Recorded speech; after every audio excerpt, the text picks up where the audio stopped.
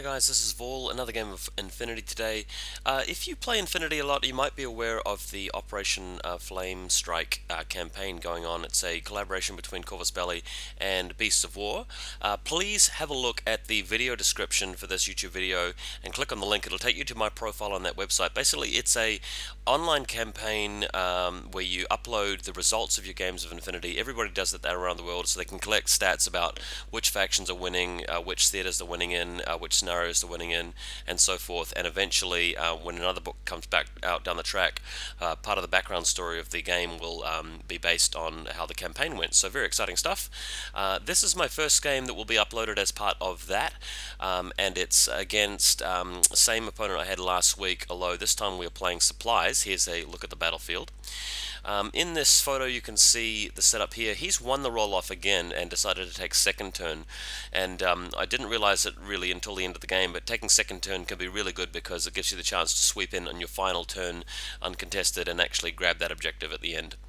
So here's my deployment zone. I'm running a bit of a better list than I did last week. It's got more specialists in it. I've got the doctor and the mechanic this time, and the TR bot. We'll see how that one goes. Don't have the Yanhao though, only the HMG Hacktail. Here's a bit of a side view of the battlefield. Still got my Shang-Chi. He's actually a hacker for this game, I think, in the bottom left. And the next photo, you can see his deployment here. Now, of note, the model at the top right there, painted blue and white, is a Aquila Guard with heavy machine gun, and my opponent did actually set up the train before I got to the room, but I've added some of my own crates here as well, so I had a little bit of a say in the battlefield. But you can see that he's got the HMG behind the forest, and for the entire game that forest makes it very difficult for me to shoot back at him because I've got nothing with MSV3 to return fire against him. So the Fusilia link is in the train, and everything else is just scattered across his deployment zone. Next image you can sort of see a bit of a closer look where he has an engineer and another one of these bots on the other side here, and some prone fusiliers. The HMG is on the roof of the train. Next image shows you exactly the position of the HMG overlooking the forest. You can see through the trees with his visor, and he's prone on the edge of the building, so he's going to be a very tough nut to crack. In the distance you can see my Domaru Butai, just waiting for an opportunity to run through that gap in the center there and take somebody on in close combat. You can also see that box just above where the trees are in the middle of the picture. That is one of the supply crates that we'll be going for. The middle one is just in the train station there on the platform, and the other one's further to the left. Next image, I've got first turn here, the Hacktail moving across here and engaging in a firefight against the prone Fusilier with the HMG and taking him out with a volley of HMG shots. To move to the edge there, I think he had to take one shot, one hit against the Aquila Guard diagonally across the battlefield, but shooting through the tree there nailed him. Sorry. Didn't nail him. I couldn't shoot back. I shot at the Fusilier. The HMG shot one shot against me, and I survived it, so no problem there. Next image, we've got the Tiger Soldier landing on the right-hand flank of the battlefield, and then he moves up to the crates. You can see at the bottom of the photo, shooting at the Auxilia team. Unfortunately, what happens is that although I killed the Auxilia Guard, the Orc bot dodges out of the way, and then I can't get line of sight to him, and if I move forward to get line of sight to him, he would have just flamethrowed me, so that wouldn't have worked very well. So just left the Tiger there for the rest of the game in suppression fire. Next image, we've got a Guilang forward observer. I'm using the sniper rifle model, although it's the combi rifle version that he's supposed to be using. By the way, I do have another Guilang in the mail. It's going to be the combi rifle version, and he's laying a mine there next to the supply crate. In the next order, though, he does go for the supply crate and actually picks up the supplies. So that's going to be one objective to me at the right hand side, and as you can see there's the crate in the train platform to the left, which we'll all be going for later on. Next image, as you can see here, after putting his mine down, getting the supply crate, he's moving it to safety behind this bit of cover here and just hanging out there. Now apparently you can't go into camouflage mode here, otherwise you drop the crate, which means you don't count as being in possession of it at the end of the game. So I decided not to do that, although all things considered I probably could have gone for that and then picked it up later. Next image, you can sort of see the whereabouts of things here. I've got a TR bot, total reaction in the middle, sensor bot at the right. I've got a little Yao Zhao helper, hanging around just in case he needs to repair something, and the Celestial Guard with smoke grenade launcher to the left there. I'm using irregular tokens to represent suppression fire, so if you see a model with an irregular order token next to it, it just means that it's in suppression fire. Next image, you can sort of see an overview of the battlefield where our high value targets are. The High Commissioner that you can see in the center of the photograph belongs to my opponent, and the Nomad Reverend Moira belongs to me at the bottom left. That's my HVT there. Next up, moving the Orc Spotter around to have a go at the Tiger Soldier. He's in suppression fire, so I shoot back successfully, and the Tiger manages to survive armor saves here, so Tiger's still chugging away, doing very well.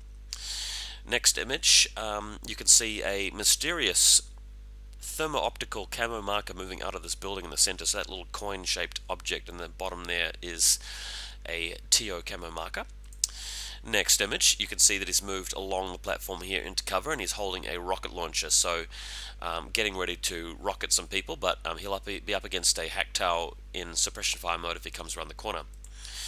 Next image, he does indeed come around the corner and has a go at shooting, well, you can't see him in this photo, the building, the hill, the cliff that you can see, the orange cliff in the middle, is hiding a rocket launcher Swiss Guard, so a Swiss Guard shooting a rocket launcher at the Damaru Bataille, miraculously surviving 2 of his armor saves and failing the 3rd one, so he's still alive, dodges away.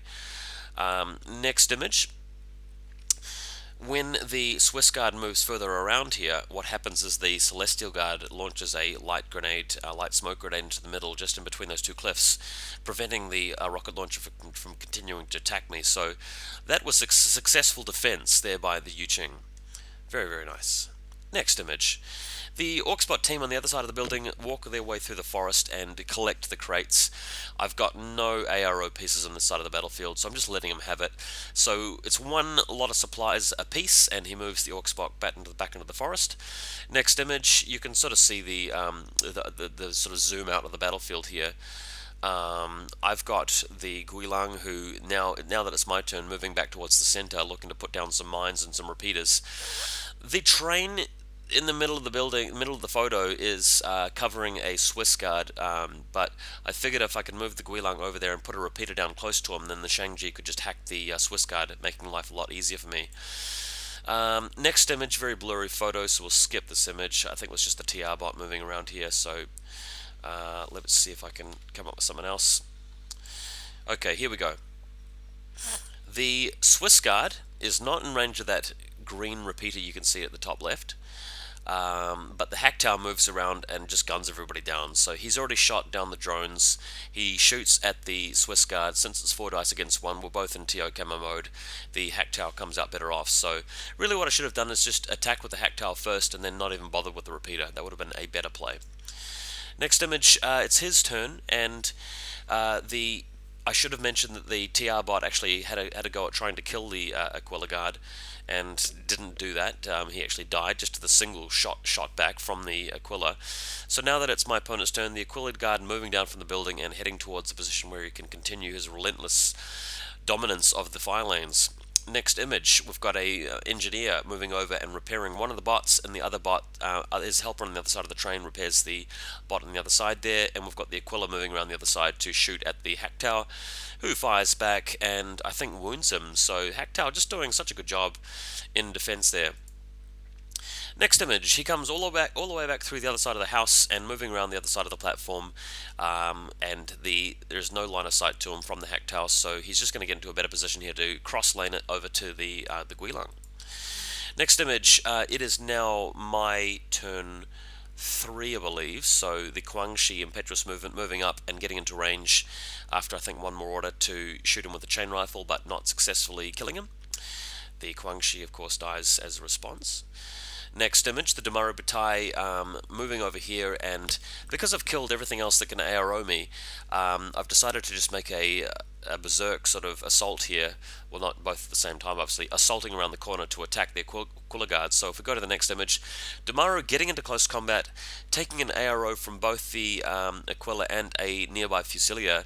So in this process, the Damaru has been killed, but he does still get to make his face-to-face roll against the Aquila, and manages to smack him in the face with the double action close combat weapon and finish him off. So successful Damaru Butai, and really happy that both heavy infantry models of the PanO are now down, but are very low on orders, and I still have to get that supply crate. So next photo, you can see the Shangji hacker has moved up to secure the other supply crate. The Guilang has been in a firefight with the Aquila Guard earlier in his turn and has died, although we did manage to hold out for a while. The Shangji had dodged and gone prone when that happened. But you can see the engineer to the bottom left, who is now moving out and using some orders to go around and take the objective. So if we go to the next image, he has now moved all the way around. He's prone behind cover and he's managed to secure the supplies. So 2 lots of supplies to 1. Yujing are up, but it's now PanO final turn. So if you go to the next photo, he's got a group of Fusiliers inside the train. They're now coming outside of the train carriage. There's, 4 of them left. Next image, they're all sort of piling out, and at this point a mine goes off, earlier left by the Guilang, so the mine actually knocks somebody in the face. Also an ARO from on the Celestial Guard, but they shoot back at him and manage to take him out. Bipandra is actually being represented by the Trauma Doc model. And if you go to the next photo, Bipandra in the last 2 orders moves around and shoots a pistol at the engineer with combi rifle. Engineer shoots back and wounds her, but she saves her armor, and only just because of her 2 extra armor than a normal Fusilier. So that's a very rare time that you get to see Bipandra use her armor 2 value. Note that the other Fusiliers in the link are dead. I mean, they've been shot by mines and AROs and everything else. So I realized later that the mistake I made is that I chose the wrong targets for my AROs. I should have just waited for the link to walk past and then declare that the mine was directing its blast on Bipandra, because she was the only operative, the only specialist. But with the very last order, Bipandra moves up and steals the crate and wins the game after shooting the engineer, of course. So it was a very close game. I did make several mistakes here. Obviously, that one I just talked about, not targeting the right models in ARO. I wasted a couple of orders trying to get a repeater down when I should have just shot with a hack tower. And I think that all said and done, because there was a forest in the way of me shooting the Aquila Guard, instead of moving the TR bot to try and get a lucky hit on him, I should have just moved the hack tower all the way around the other side of the battlefield. Yes, MSV3 ignores TO camo, but it would have been 4 die 7 machine gun against 1, and I would have most likely beaten the Aquila Guard in that shootout, and then I would have been free to just dominate the middle very easily. So a lot learned there. Great game, and that's the first bat rep for Operation Flamestrike. Many more to come.